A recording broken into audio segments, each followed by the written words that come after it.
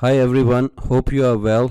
Most Excel courses spend too much time on theory and they do not focus on Excel itself and how to use it and the practical skills which are required. This series is different. We're gonna avoid any fluff or jargon and focus on Excel and focus on getting up to speed with Excel as quickly as we can so that we can become a proficient user of Excel. Okay guys, let's start by opening Excel. We can open Excel either from a start menu on our desktop from here, or we can search in that search box on a taskbar. I'll type Excel here and click on the icon which would appear. It would take us to this page, and in this page we would be given the option of opening the blank workbook and some recent files. But if you are opening it for the first time, select this option of blank workbook. Once you would click on this, you would be taken to this page. That's the main page or the main interface of Excel. Let's do the tour of Excel interface now. Before we look at the different parts of Excel interface, there is one concept I want to discuss, which is about bars. Within Excel and within other software applications too, any horizontal stretch or the strip of information or controls is called bar. And if that bar contains tools, buttons or commands for you to perform specific actions, then it's called command bar or toolbar. So as we go through Excel interface, you will come across several different bars, each designed to provide specific information or give you access to particular tools or commands. This toolbar running across the top of the Excel is called ribbon. It contains all of Excel's commands organized into tabs. So we have home tab, insert tab, draw tab for example, and we have other tabs here too. Inside each tab, commands are grouped into sections called command groups. For example, this font group, it contains all the tools related to text formatting. Some of the groups also have a small arrow in the bottom right corner, and this is called dialog box launcher or just the launcher button in general. Clicking it opens a dialog box with additional settings and options. If you want more space within your Excel file, you can collapse your ribbon by double clicking on any of the tabs. You can expand it back by double clicking it again. There is one more option. If you right click on any tab, you can collapse the ribbon from a right click menu, or you can uncheck this option to expand it again. There is one more way of doing the same thing. We can use the shortcut keys of Ctrl F1 and that would toggle our ribbon into collapsing or expanding. Just below the ribbon we have formula bar. This displays exactly what's inside the selected or active cell. The cell with this border is the active cell. If it contains the number, formula bar would show that number. If the cell contains a text, formula bar would show the text or formula itself. Let's type the formula here too. Remember, in Excel, formula starts with equal to sign. We would look at the details of formulas later on. But at the moment, I want you to notice, even if a cell is showing a calculated result of 5, the formula bar will show the actual formula behind it. You can also edit cell contents directly in formula bar, which is especially useful when working with longer or more complex formulas. Let's type something directly in the formula bar now.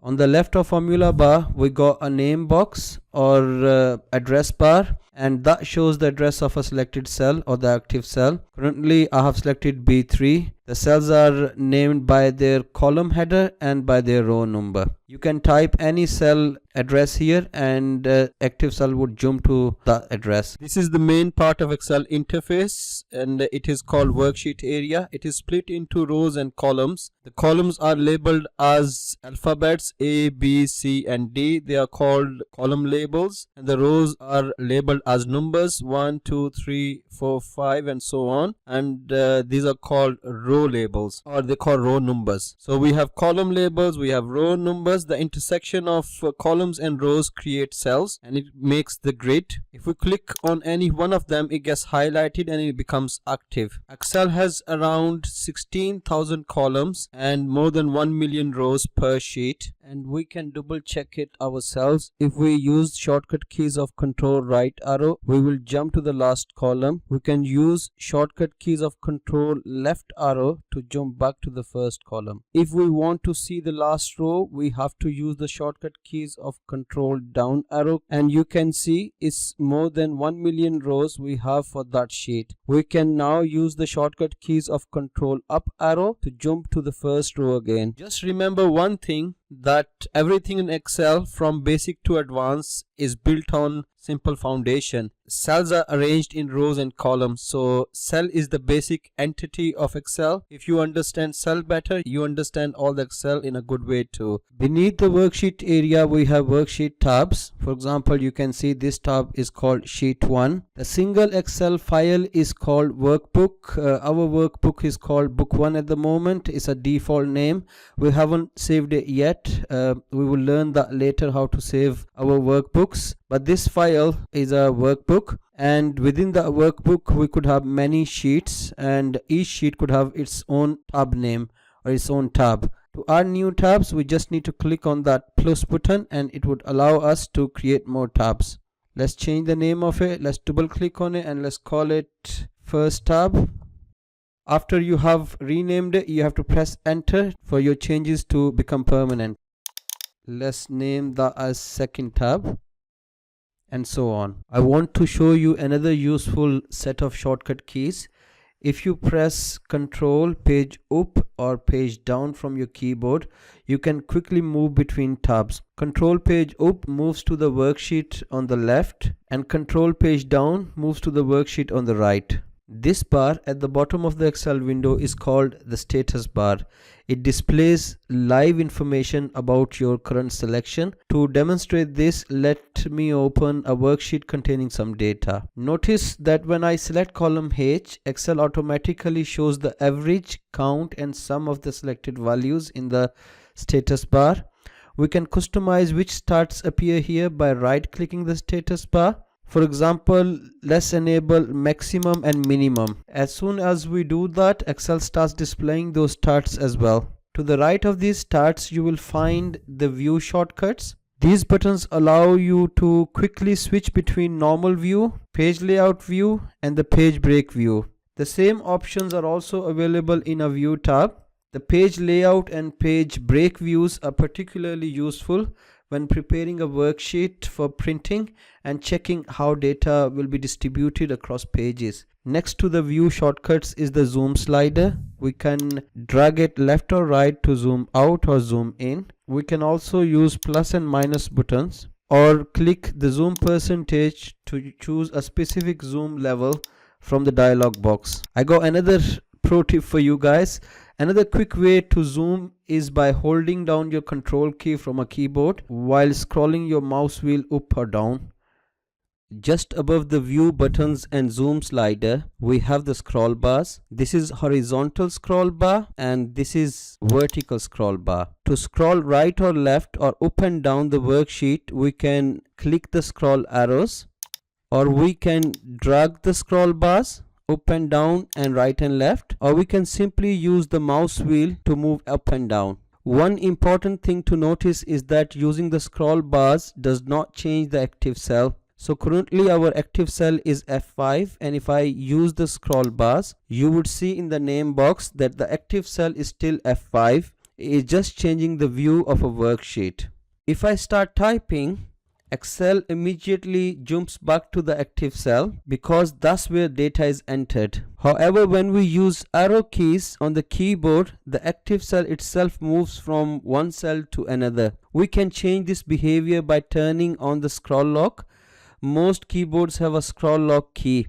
If you are using a laptop and can't see a scroll lock key, don't worry, I will show you another way to enable it later. When scroll lock is enabled, the arrow keys no longer move the active cell. Instead, they scroll the worksheet view while keeping the active cell in the same position. So you can see, although I'm moving around in a worksheet using my arrow keys, but my active cell is still staying as F5. Notice that the scroll lock does not affect the scroll bars. You can still use the horizontal and vertical scroll bars normally. It only changes how the arrow keys behave. You can toggle scroll lock on and off using the scroll lock key on your keyboard. When scroll lock is enabled, its status is displayed on the status bar. Let me show you a few useful navigation shortcuts as well. Page down key on your keyboard moves the view to one screen down, and page up key on your keyboard moves the view to one screen up. Additionally, if we use Alt page down, we move one screen on the right side, and using Alt page up moves one screen to the left. These shortcuts are very useful when working with large worksheets containing lots of data. In the top left corner of Excel window, we have customizable bar. It's called Quick Access Toolbar, and it provides us with the option of adding the commonly used commands in here as a shortcut, so that we don't have to search and find them from a ribbon and from other places. Currently we have save command, undo command and redo command, and some other commands too. We can customize this bar by clicking on this drop down arrow and selecting the commands from here. Anything which is already selected has a check mark next to it. If we want to add any new command, we would click on that command and it would appear on a bar. If we want to remove this command from a quick access toolbar, we just need to click on the option one more time. For example, if we want to add any button or command from ribbon, we can add it by right clicking on that command and selecting an option called add to quick access toolbar. You can see now this button is appearing on a quick access toolbar. If we want to remove this command from quick access toolbar, we can right click on it and select an option called remove from quick access toolbar. Now let's take a look at some of the other elements next to the quick access toolbar. So just beside quick access toolbar, we have title bar, and it displays the name of the current workbook. Then we have search bar. We can use it to quickly find commands, settings and help within Excel. Towards the top right corner, we have sign in option. Signing in with a Microsoft account gives access to cloud features such as OneDrive and file sharing. And then we have window controls. So this is minimize button, this is maximize or restore button, and thus close button. These buttons do exactly what their name suggests. They minimize, maximize or restore or close Excel window. We have one more element of Excel interface which I want to discuss. If we click on a file tab, it takes us to what's called backstage view, and in this you can see options to create new workbook, open existing files, save our work, print spreadsheets, and access Excel options and account settings. We can use this opportunity to save our workbook too. To do that, we can click on a save as option, and then we can choose a location and enter the file name and then click save. Once you have saved your Excel file, you would see that on a title bar it would show you the new name which you have put for this file. Secondly, once a workbook has been saved, you can simply press Ctrl S to save any changes. It's a good habit to press Ctrl S regularly while you work so you don't lose any progress. If you are in a backstage view and you want to go back to your worksheet, to do that you can either use the back arrow or press escape on your keyboard.